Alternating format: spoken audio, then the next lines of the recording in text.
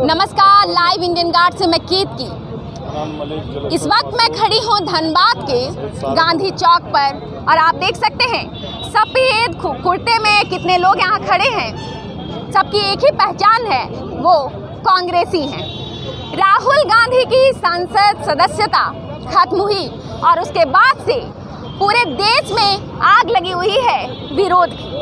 चलिए, इस वक्त मेरे साथ मौजूद हैं धनबाद जिला कांग्रेस कमेटी के अध्यक्ष संतोष सिंह। जानते हैं उनके विचार क्या हैं।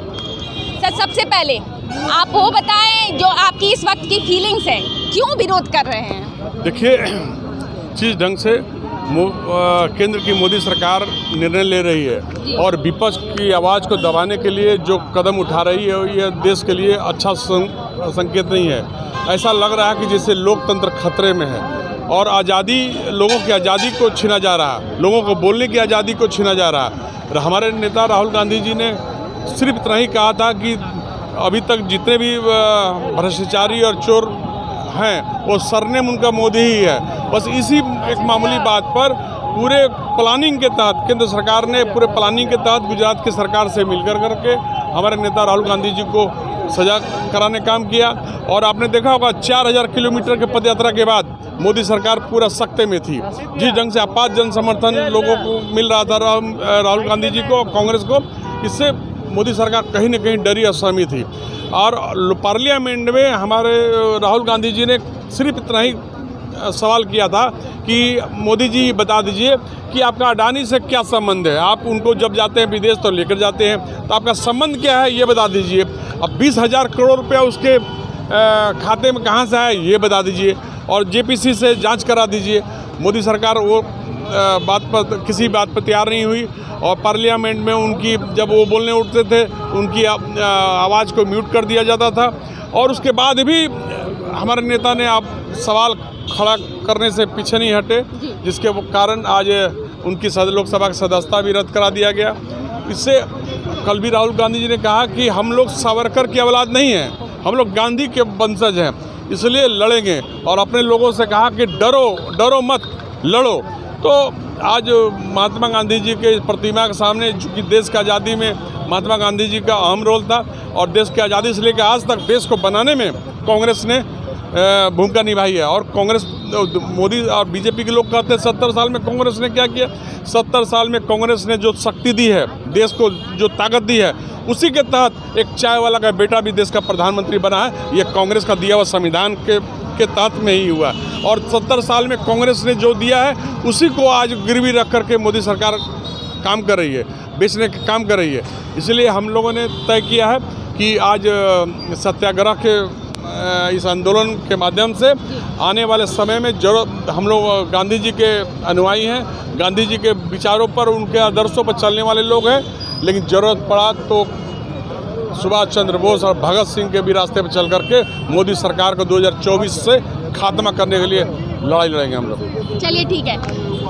फैसला जो है वो जुडिशियरी का है, कोर्ट का है। लोकसभा की सदस्यता रद्द की गई, फिर मोदी कैसे दोषी। आपने देखा होगा सुप्रीम कोर्ट के जज लोग भी इस देश में अपने आप को असुरक्षित महसूस कर रहे थे। आपने देखा होगा तो वो कहीं ना कहीं मोदी सरकार से ही असुरक्षित महसूस कर रहे थे। देश के सुप्रीम कोर्ट के कई जजों ने प्रेस कॉन्फ्रेंस करके कहा था, ये देश के इतिहास में पहला बार अवसर है कि सुप्रीम कोर्ट के जज भी इस सरकार से और व्यवस्था से अपने आप को भयभीत महसूस कर रहे थे। तो जुडिशियल, हम लोग मानते हैं जुडिशियल का मामला है, लेकिन जुडिशियल भी आज प्रभावित हो रही है। ऐसा ही मान देखिए, इस देश में कोई भी तंत्र, चाहे सीबीआई हो, ईडी हो, इनकम टैक्स हो, चाहे जुडिशियल हो, चाहे प्रशासनिक हो, लोगों को सच्चाई के रास्ते पर चलने का अधिकार नहीं है। विपक्ष को कुचलने के लिए तमाम हथकंडा अपनाने का काम मोदी सरकार कर रही है। इसलिए जाहिर होता है कि कहीं न कहीं इस देश और लोकतंत्र खतरे में। मोदी ने जजों को भी खरीद लिया है। देखिए, सारे लोगों का ट्रांसफर, पोस्टिंग, प्रमोशन कौन करता है? सरकार ही करती है ना। तो कहीं ना कहीं प्रभावित है। 5-5 जजों को इस मामले में बदला बदली किया गया है। और जो हल्फनामा, जो ये शिकायतकर्ता ने जो सुप्रीम कोर्ट में लगाई थी इस मामले को रोक दिया जाए, उसने फिर बाद में अभी जा कर के वो सुप्रीम हाई कोर्ट से अपना याचिका वापस ले लिया। तो ये दर्शाता है कि कहीं ना कहीं ये मोदी सरकार के प्रभाव में उसके षड्यंत्र के तहत ही हमारे राहुल जी का सदस्यता को छिनवाने का काम हुआ है। एक और अहम प्रश्न, क्योंकि आप यहाँ पर जिला अध्यक्ष है, इसलिए कुछ लोगों का कहना है कि जो घटनाक्रम हुआ वो तो हुआ, लेकिन उसके बाद कांग्रेस जो है वो इस सदस्यता समाप्ति को 2024 के चुनाव के लिए सिंपैथी कार्ड की तरह यूज करना चाह रही है। इस पे क्या देखिए, राहुल गांधी जी की सदस्यता चली गई, उससे हम लोग घबराने वाले नहीं हैं। हम लोग पहले ही राहुल जी सड़क पर उतर पड़े हैं, चल पड़े हैं। जो 4000 किलोमीटर देश के इतिहास में कभी आपने सुना था कि कोई नेता ये 4000 किलोमीटर पदयात्रा किया हो?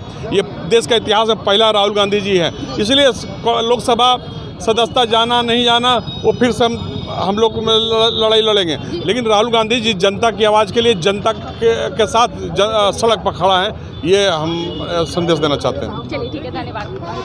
तो राहुल की सदस्यता समाप्त और उसके बाद जंग की शुरुआत पूरे मामले पर बनी है हमारी नज़र। आप बने रहें लाइव इंडियन गार्ड के साथ।